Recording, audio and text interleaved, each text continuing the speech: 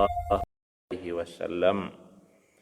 Ma ba'du, dan sanak sedang pandangan rahimakumullah. Wak lanjian kaji sanjo atau ta sanjo. Tak sanjo kini melanjutkan pembaharuan Islam di Minangkabau. Pembaharuan Islam di Minangkabau lah melalui dua proses. Yang pertama, pembaharuan Islam di zaman Padri. Apa hasilnya lah wak sampaikan. Kini pembaharuan jilid 2, yaitu pulangnya murid-murid Syekh Ahmad Khatib Al-Minangkabawi dari Makkah. Dan murid beliau yang pulang dari Makkah yang pertama yang terkenal yaitu Syekh Haji Muhammad Taib Umar Sungayang Batu Sangka. Boleh jadi ada ulama-ulama lokal, ulama-ulama Sumbar yang pulang dari Makkah sebelum Syekh Muhammad Taib Umar, tapi tidak begitu terkenal. Jadi ulama-ulama yang wak kenal itu hanyalah ulama-ulama yang meninggalkan bekas. Pamonya ada sekolahnya yang masih ada sampai kini, itu terkenal. Atau ada muridnya yang menjadi orang terkenal. Contohnya Haji Muhammad Taib Umar, murid beliau yang terkenal adalah Mahmud Yunus. Mereka tokoh luar biasa dari Minangkabau. Beliau lah orang yang pertama sekali menafsirkan Al-Quran lengkap 30 juz. Dan beliau lah yang banyak menyusun sistem pendidikan Indonesia setelah Indonesia merdeka. Ya, alumni Al-Azhar. Jadi yang ingin awak perkenalkan sore ini adalah Muhammad Taib Umar. Dan biografi beliau ditulis oleh murid beliau Haji Mahmud Yunus, profesor di akhir hayat beliau. Bismillahirrahmanirrahim.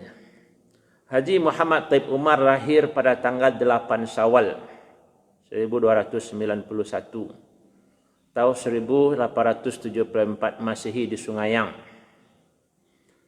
Setelah umur 7 tahun, ayahnya Umar bin Abdul Qadir lebih kurang 6 bulan lamanya belajar Al-Quran. Kemudian belajar kepada mamak beliau Haji Muhammad Yusuf. Beliau membaca Qul a'udzu birabbin nas sampai wailul likulli humazah.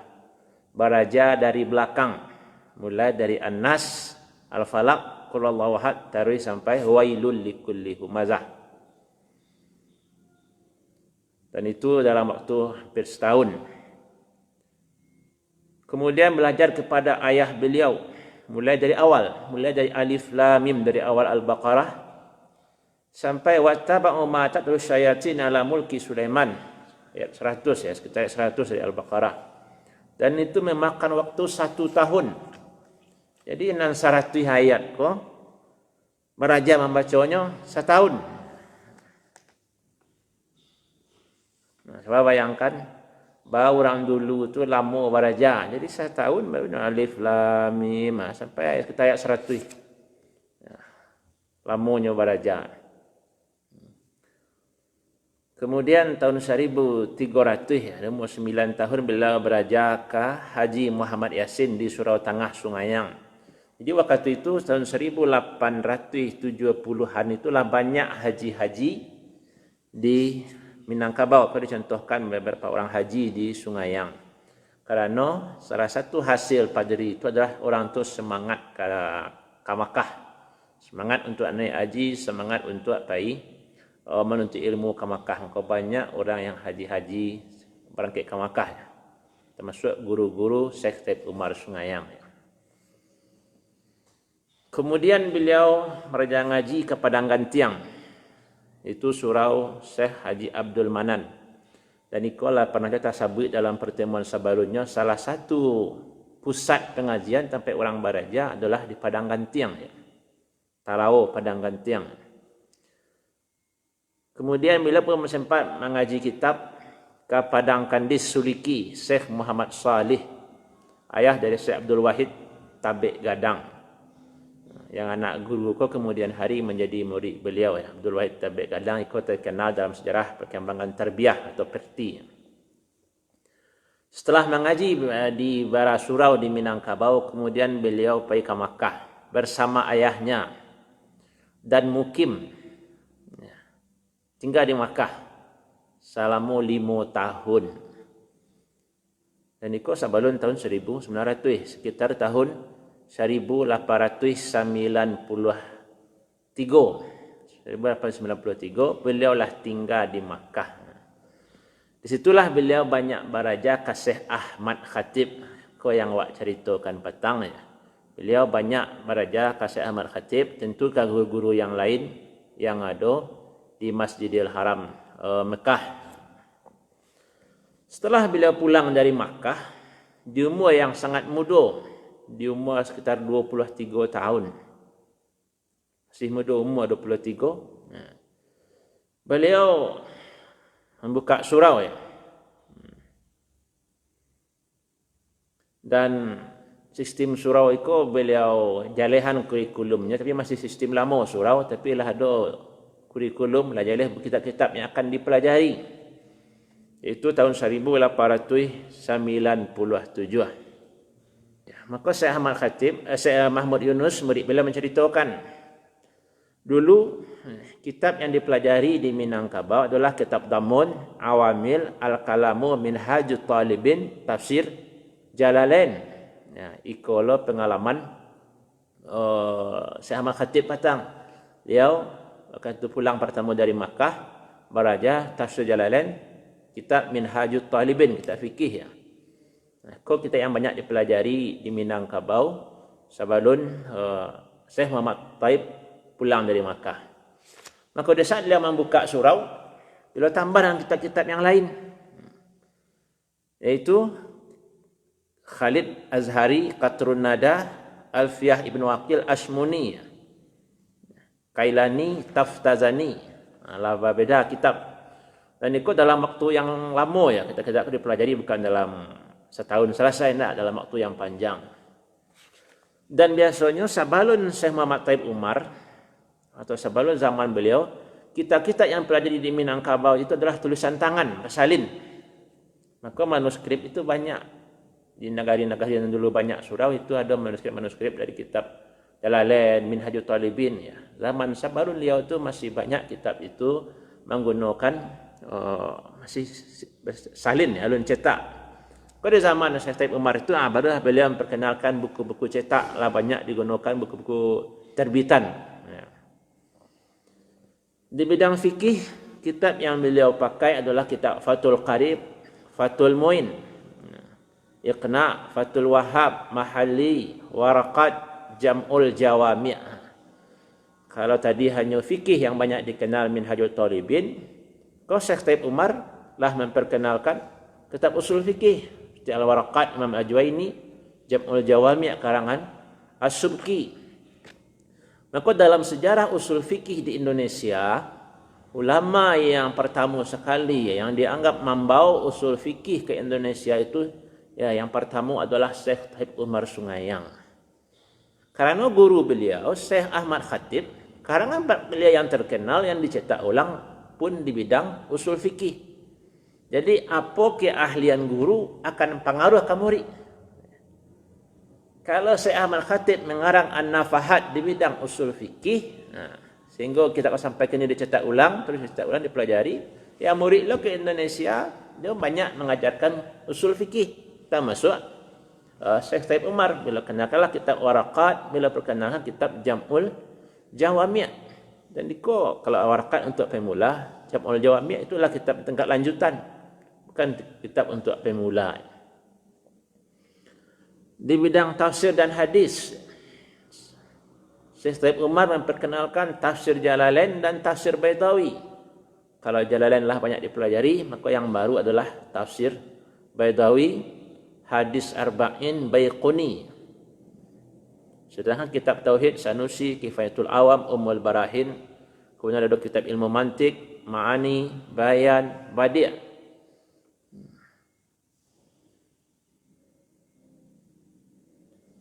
Jadi ada sekitar 12 macam ilmu. Jadi lah ada perkembangan di surau atau di sekolah yang dikelola oleh Syekh Taib Umar. Ada ilmu nahwu, saraf, fikih, usul fikih, tafsir, hadis. Ya.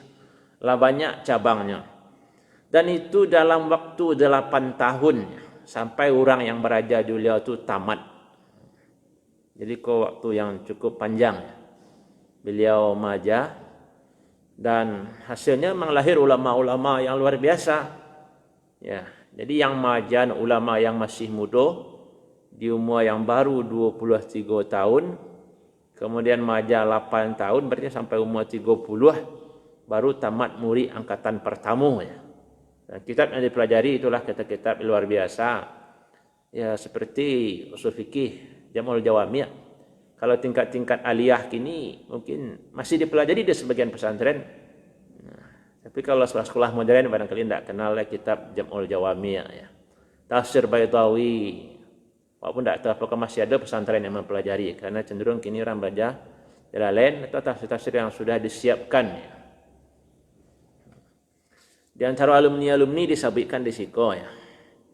Ada beberapa nama. Cuma yang perlu wak singgung. Yang terkenal adalah Syekh Makhudum Solok.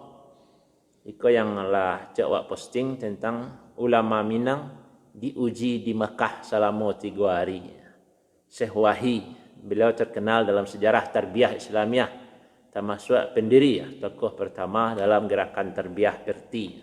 Di Syekh Makhudum Solok Tanjung Bingkuang, jalan ke Solo, adalah salah seorang murid dari Taib Umar yang belajar Taib Umar 8 tahun lamanya di surau. Selesai beraja Taib Umar, Syekh Makhudum Solok masih beraja ke ulama-ulama lain. Kemudian beliau pergi ke Makkah. Di Makkah beliau beraja sekaligus maja. Dari hari ke hari orang yang beraja Syekh Makhudum Solok semakin banyak. Akhirnya Syekh Makhudum dites oleh ulama Makkah dan diizinkan untuk maja di Masjidil Haram Mekah. Kitab yang diujikan ke beliau, kitab yang luar biasa, Hasyiah Banani, Fathul Bari, kemudian yang cik lain barangkali Baiquni. Ragu tadi bisa dicari di Facebook di postingan ya. Tentang ulama Solok diuji ke Mekah atau alumni surau diuji ulama Mekah selama 3 hari. Dan yang mendampingi beliau waktu ujian itu adalah Syekh Janan Taib dari Sungai Puah. Orang awak, orang Minang pertama yang tamat kuliah di Azhar Mesir. Kan orang Nusantara pertama Janan Taib. Sangat terkenal dalam sejarah orang-orang Minang beraja ke Mesir. Dan sana sedang pandangan. Jadi itulah salah satu hasil dari Syekh Taib Umar surau beliau selama 8 tahun. Tapi lah punya kitab secara bertingkat. Dan melahirkan ulama gadang yang sempat lo mengajar di Masjidil Haram Mekah. Dan beliaulah orang Minang yang terakhir menjadi guru di bawah Ka'bah. Nah, boleh jadi nanti dalam sejarah akan terus awak telusuri.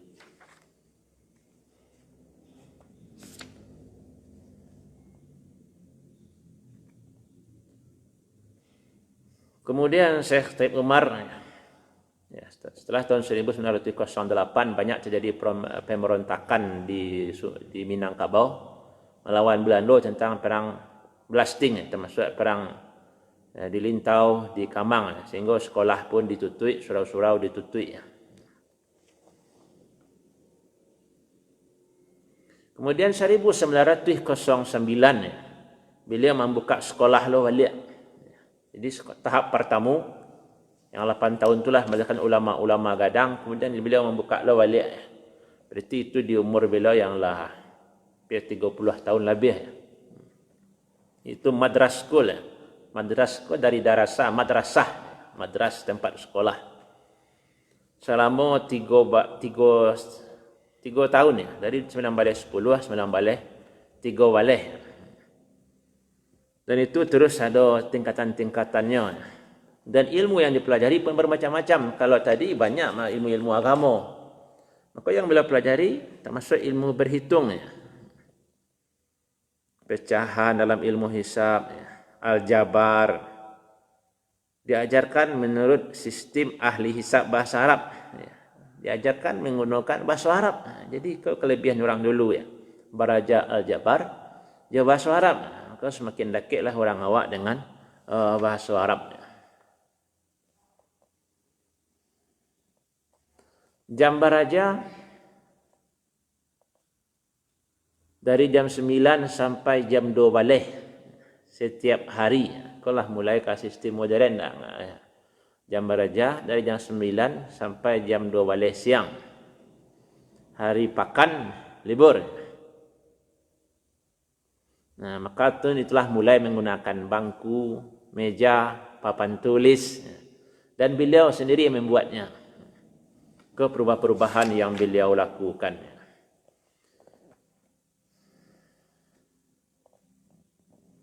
Kemudian sempat berhenti sekolah beliau balik. Kemudian beliau buka balik. Tahun 9 balik, 3 balik, 9 balik, 7 balik. Ke tahapan-tahapan uji coba pengalaman beliau mendirikan sekolah-sekolah di Minangkabau untuk tahap awal. Dari sistem surau, kemudian sistem sekolah, kemudian terhenti, kemudian buka balik. Dan itu murid semakin banyak. Murid karena itu adalah barang baru dan dibawa oleh seorang ulama yang alim dari Mekah yang masih muda, masih semangat. Ya, murid-murid adalah datang dari berbagai daerah, dari Bukit Tinggi, dari Padang, dari Padang Panjang, dari Payakumbuh. Yang kemudian murid-murid beliau pun menjadi ulama di daerah masing-masing. Ada nama beberapa orang murid beliau dan antaranya Nyi Adam pandai sikit, itu pun terkenal. Kemudian adalah Mahmud Yunus sendiri, itu yang terkenal ya. Profesor Mahmud Yunus itu adalah murid beliau yang tamat sekitar 9 balik 7 balik, yang terkenal sekali Mahmud Yunus. Kemudian Abdul Mu'in Sianok Bukit Tinggi, salah seorang guru di Tawalib. Jadi di Ngarai Sianok itu dulu ada sebuah Tawalib, sebuah pusat pendidikan ya. Itu pun namanya Tawalib. Ada beberapa ulama disabitkan di situ, tapi tidak begitu terkenal untuk ukuran awak kini. Kemudian apa pembaharuan lain yang beliau lakukan? Kalau tadilah tasabik yang pertama, perubahan yang beliau buat di Minangkabau, membuat dari sistem surau menjadi surau modern, kemudian terus berubah menjadi dalam bentuk sekolah, pakai meja, pakai kursi, ya, pakai papan tulis, ya. Semakin berkemajuan.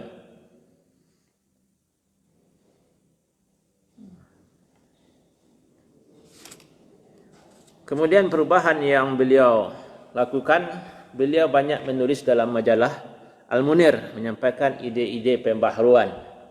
Salah satunya beliau mengkritiknya. Pendidikan masa lampau itu banyak hanya mempelajari fikih. Fikih-fikih yang difokuskan hukum Islam. Sementara cabang-cabang ilmu yang lain tidak dipelajari. Maka beliau pun membuat syair-syair ya, yang mengkritik sistem pendidikan di masa beliau. Di antara syair beliau, jangan seperti orang tua kita, menuntut ilmu satu mata, fikih saja yang lebih dicinta, kepada yang lain matanya buta. Jadi fikih saya didalami, sementara ilmu lain tidak tahu. Lanjut syair beliau, logat Eropah 3 dan 4, hendaknya pelajari segera dan cepat, membaca buku supaya sempat, ilmu pengetahuan banyak didapat. Jadi logat ko bahasa Eropah 3 dan 4 hendak pelajari segera dan cepat. Jadi seolah-olah beliau menyuruh orang mempelajari bahasa Belanda, bahasa yang lain-lain, cepat dan segera. Ilmu pengetahuan itu sangat banyak. Jadi dia mengkritik orang-orang yang beraja di surau zaman dulu hanya banyak beraja fikih, tidak beraja disiplin ilmu-ilmu yang lainnya. Kemudian disabitkan juga, beliau banyak menentang bid'ah-bid'ah yang ada di tengah-tengah masyarakat, khurafat ya. Karena dalam perkembangan selanjutnya ulama di Minangkabau itu ada kaum tua, kaum muda ya. Dan beliau termasuk ulama bisa dianggap kaum muda yang membawa ide-ide pembaharuan ya. Banyak menulis dalam majalah Al-Munir dengan kawan beliau Dr. Abdullah Ahmad yang juga alumni Makkah. Kemudian usaha beliau yang berikutnya adalah menterjemahkan kitab Bidayatul Mujtahid ke yang bahasa Arabnya. kitab Bidayatul Mujtahid. Kitab itu dikarang oleh ulama Andalus, Ibn Rushd, orang Cordova. Kitab itu memuai pendapat-pendapat ulama, perbedaan-perbedaan ulama dalam masalah fikih. Kalau salah mau kurang di negara awak banyak beraja kitab mazhab Syafi'i, Matan Taqrib, Fathul Wahhab, Fathul Muin, maka beliau memperkenalkan ke masyarakat kitab Bidayatul Mujtahid, memperkenalkan mazhab-mazhab yang lain, Syafi'i, Maliki, Hambali, Hanafi, Auza'i.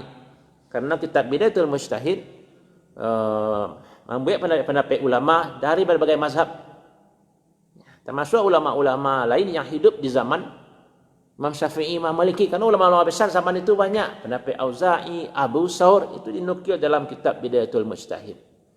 Kitab itu diterjemahkan oleh Muhammad Taib Umar.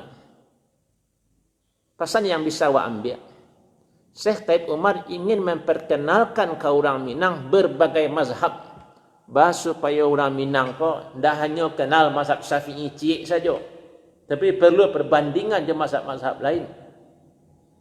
Kalau kini awak lihat, kalau mazhab Syafi'i banyak di Asia Tenggara, kalau mazhab Maliki banyak di Afrika, mazhab Hambali di Saudi, mazhab Hanafi di Turki, di Afghanistan, di Eropah. Itu mazhab Hanafi dari empat mazhab yang terkenal. Dan Syekh Taib Umar dengan usahanya menterjemahkan Bidayatul Mujtahid ingin membuka wawasan penuntut-penuntut ilmu di Minangkabau, buya-buya ustaz-ustaz di Minangkabau, agar tahulah pendapat-pendapat ulama-ulama yang lain. Namun sayang, usaha beliau yang sangat luar biasa itu, terjemahan itu gagal dicetak, diperbanyak. Karena percetakan Al-Munir dan Syarikat Ilmu terbakar, sehingga gagal penterjemahan kitab Bidayatul Mujtahid. Baru belakangan ada ulama Indonesia menterjemahkan Bidayatul Mujtahid. Kau saulio untuk membuka wawasan ulama-ulama di Minangkabau. Kemudian usaha beliau yang cukup bermanfaat dan sampai kini dirasakan adalah melaksanakan khutbah Jumat dalam bahasa Indonesia. Jadi dulu-dulu orang khutbah di Minangkabau itu menggunakan bahasa Arab. Ya, boleh jadi yang mendengar, yang menyampaikan sama-sama tidak tahu artinya, atau barangkali yang tahu arti ayat saja. Dan di zaman Syekh Taib Umar, terjemahan Al-Quran bahasa Melayu model yang awak kenal ni Lunado lah. Lunado yang dicetak. Jadi khutbah itu dulu menggunakan bahasa Arab. Maka Syekh Taib Umar melakukan perubahan. Dan itu bukan untuk diri beliau seorang. Beliau buatlah contoh-contohnya konsep-konsep khutbah bahasa Arab Melayu dan beliau sebarkan ke masyarakat. Maka ada yang menyebutkan beliau pertama melakukan khutbah bahasa Melayu itu adalah di Surau Lantai Batu Sangka, sekitar tahun 1910. Kemudian tahun 1908 balik, ya, konsep khutbah bahasa Arab Melayu itulah tersebar di Minangkabau. Ada yang menyebutkan hampir di tahun yang sama, Syekh Ibrahim Musa Parabi pun melakukan hal yang sama, melakukan khutbah dalam bahasa Melayu. Dan awak yakin waktu itu mula-mula diadakan perubahan model itu, benar tu banyak berkuasa di tanah di masyarakat, orang membantah, orang mencemeh. Apa lain orang awak kau kata orang paling mencemeh. Tak tahunya buya orang ustaz orang yang mencemeh itulah biasa. Itulah realita awak. Jadi awal dia memulai itu tentu banyak tantangan-tantangan. Tapi akhirnya dari tahun ke tahun mayoritas khutbah itu menggunakan Arab Melayu, ya. Sedangkan rukun-rukunnya tetap dalam bahasa Arab, ya. Kawan-kawan beliau seperjuangan di antaranya Haji Abdullah Ahmad, Abdul Karim Amrullah, ayah Buya Hamka, ya. Zainuddin Labai. Dan cara penampilan beliau yang agak beda. Ulama-ulama zaman itu banyak menggunakan sorban, ya, baju ala Arab. Tapi beliau lah menggunakan baju-baju untuk orang Eropah, pakai dasi, pakai jas. Jadi penampilan sama juga ayah Buya Hamka, penampilan cara orang Eropah. Itu tingkah beliau seperti itu ya, sikap beliau baju-baju Eropah itulah akan merubah kepada pemahaman masyarakat. Terus anak sedang pandangan rahimakumullah. Itulah tentang Syekh Muhammad Taib Umar. Dan beliau meninggal dalam umur yang alun tua ya. Beliau meninggal di usia 47 tahun ya. Karena beliau mengalami sakit ya, selama 3 tahun sebelum beliau meninggal.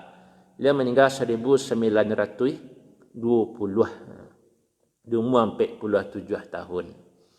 Maka dari biografi murid Syekh Ahmad Khatib yang pertama kali pulang lah ada pembaharuan di Minangkabau.